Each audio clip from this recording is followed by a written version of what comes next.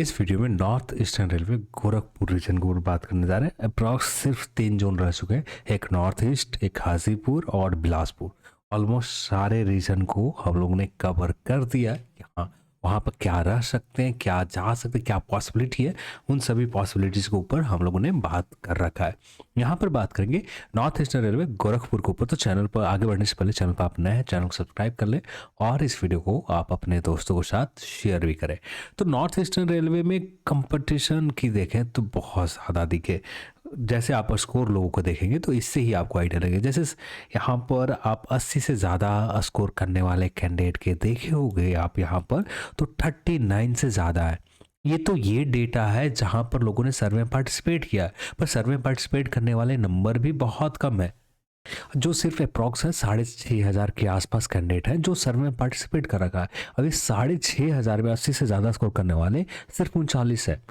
और बहुत सारे ऐसे कैंडिडेट होंगे, एग्जाम देने वाले लाखों हैं, उनमें से कुछ ऐसे कैंडिडेट होते हैं जो 40 से 50,000 हमेशा, जिनके स्कोर अच्छे होते हैं।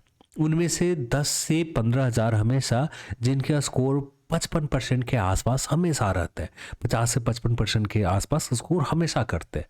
तो यहाँ पर भी कुछ वैसा ही कंडीशन रहा होगा। और जो मुझे यहाँ पर स्कोर लोगों को देखने के बाद लगा, तो ये चीज़ें हम आगे कट ऑफ के ऊपर बात करेंगे, तो वहाँ से आपको काफ़ी हद तक आइडिया मिलेंगे। तो यहाँ पर बात करें फिर 71 से ज़्यादा स्कोर करने वाले कैंडिडेट के नंबर आप देखते हो, तो यहाँ पर 467 कैंडिडेट है। 467 कैंडिडेट ऐसे हैं जो 71 से ज़्यादा स्कोर कर रखे हैं। 65 से ज़्यादा स्कोर करने वाले कैंडिडेट के आप नंबर यहाँ देखेंगे तो ये नंबर है 1,159 कैंडिडेट से ज़्यादा हैं जिन्होंने 65 से ज़्यादा स्कोर कर रखे हैं।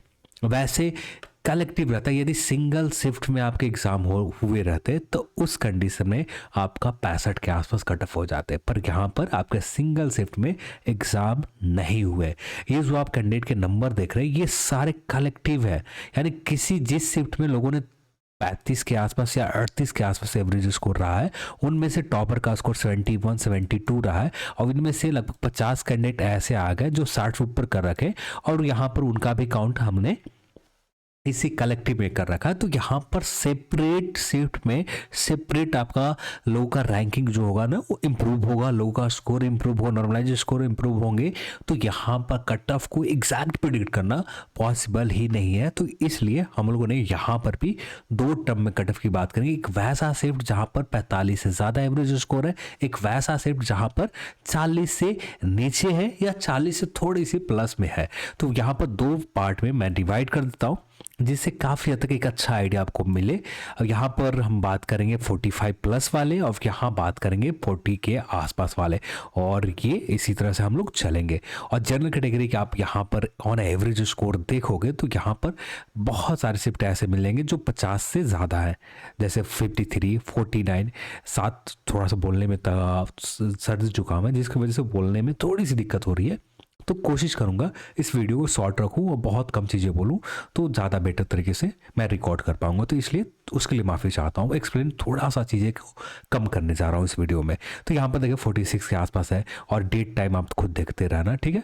तो यहाँ पर फिर देखें तो वैसे शिफ्ट के हम 47 है, 48 एवरेज स्कोर है, 49 है, 47 है, 46 है, 49 है, 47 है, 48 है। यानी ज़्यादातर शिफ्ट आपको ऐसे मिलेंगे जिनके एवरेज स्कोर 45 से ज़्यादा है। हाँ, उससे भी उसी के लगभग आसपास या जहाँ पर लोगों का एवरेज स्कोर 40 के आसपास भी है। तो यहाँ पर कलेक्टिव हम लोग जनरल में जब कैंडिडेट को कॉल किए जाएंगे 1,570 कैंडिडेट के लिए, जब फाइनल मेरिट बनाए जाएंगे, इनमें से सीए के लिए वैकेंसीज है, एक सर्विसमैन के लिए अलग वैकेंसीज है। हाँ, इनमें से कुछ जितने भी पोस्ट फुलफिल हो पाते हैं तो ठीक है, नहीं फुलफिल हो पाते हैं तो वो जनरल कैंडिडेट के लिए काउंट हो जाएंगे, तो वहाँ पर अलग चीज़ें चलेंगे। तो इसलिए मैंने सेपरेट ये 1570 है ना, इसी को मान रखा है। तो जो भी उम्मीद रहेंगे, जो भी प्रोबेबिलिटी रहेगी, वो सारे प्रोबेबिलिटी मैं आपको यहाँ पर बता देता हूँ।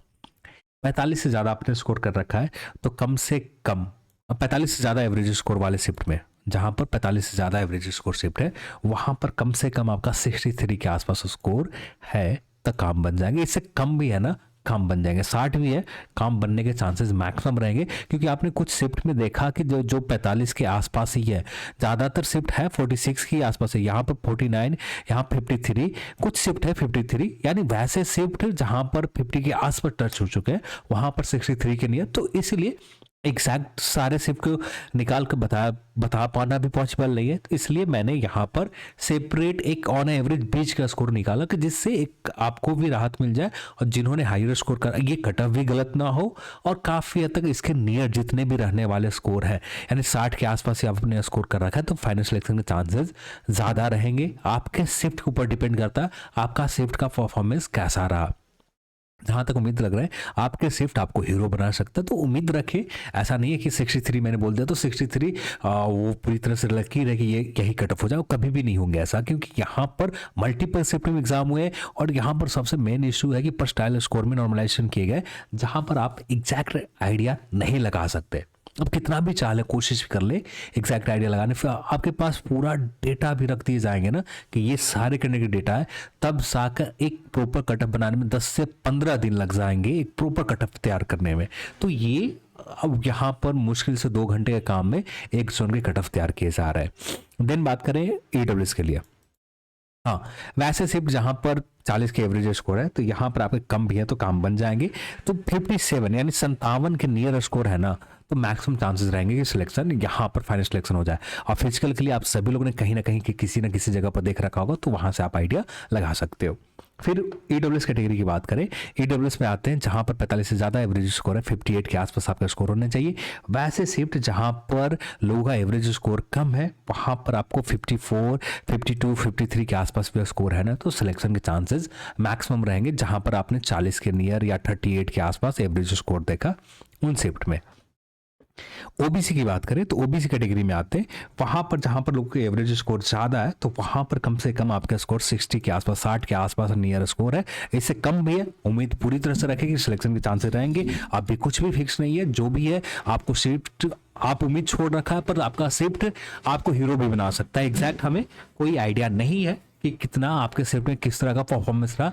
जो भी डेटा है कम कैंडिडेट के डेटा है, बहुत सारे ऐसे होंगे जिन्होंने सर्वे में पार्टिसिपेट नहीं कर रखा हो। ये भी मान लेते हैं ऐसा हो जाता है, यहाँ पर जितने लोग सर्वे में पार्टिसिपेट कर रखे उन्हीं का सिर्फ अच्छा स्कोर है, बाकी कैंडिडेट का अच्छा स्कोर रहा ही ना हो, तो उस कंडीशन में इससे भी कट ऑफ कम चले जाएंगे। तो हाँ ये भी एक पॉसिबिलिटी है, पर पॉसिबिलिटी के ऊपर बात करने से अच्छा है कि ऑन एवरेज जो बेस्ट पॉसिबिलिटी निकल कर आ रही है ये मैं आपको बता रहा हूँ। ओबीसी, देन बात कर एससी।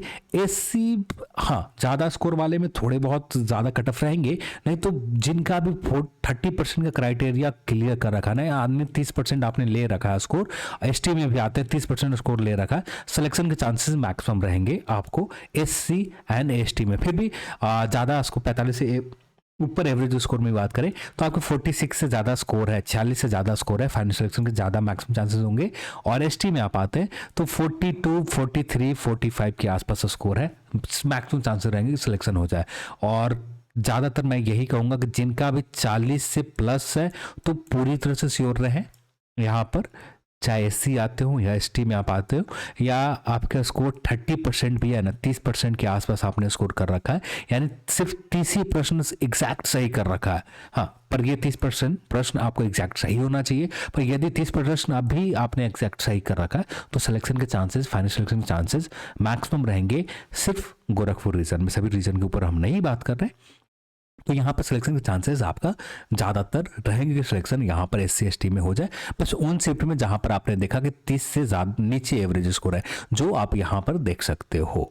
तो यहाँ पर मैं आपको डेटा डायरेक्ट नहीं दिखाते जाता हूँ, सिर्फ आपको कुछ पॉइंट जैसे ईडब्ल्यूएस का आप देख सकते हैं, आप देखते जाएँ। एससी 47, कुछ शिफ्ट में देखेंगे एससी का 38, कुछ शिफ्ट में एससी एसटी 30 के आसपास आ चुके हैं लोगों का एवरेज स्कोर जो क्वालिफाइंग मार्क्स है।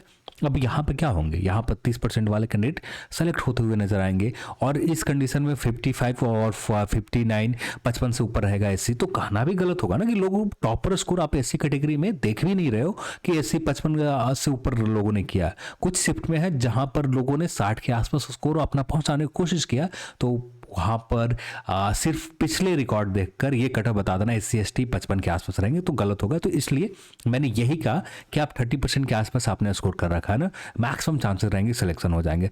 तो यहाँ पर आप देखना चाहें तो मैं एक बार स्क्रॉल कर देता हूँ, ज़्यादा बोलने का अभी थोड़ा सा एक्सप्लेन करने का मूड नहीं है, तो इसलिए माफ़ी चाहता हूँ।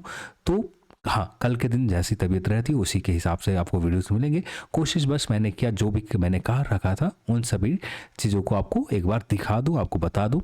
आप इसे एक्सप्लेन करने के लिए कल के दिन हम लोग, कल के दिन नहीं, कब जब ग्रुप डी के रिजल्ट आ जाएंगे ना, जो भी चीज़ें सुधार करने की ज़रूरत पड़ेगी वो हम लोग आगे करते रहेंगे। पर अभी के लिए जो मुझे लगा, जो चीज़ें हो सकते हैं जिसकी प्रोबेबिलिटी हाई रहेगी, उन्हीं प्रोबेबिलिटी के ऊपर मैंने आपको इस जोन में बता दिया। चलिए आज की इस वीडियो में इतना ही, और इस वीडियो को देखने के लिए आप सभी को बहुत बहुत धन्यवाद। जय हिंद।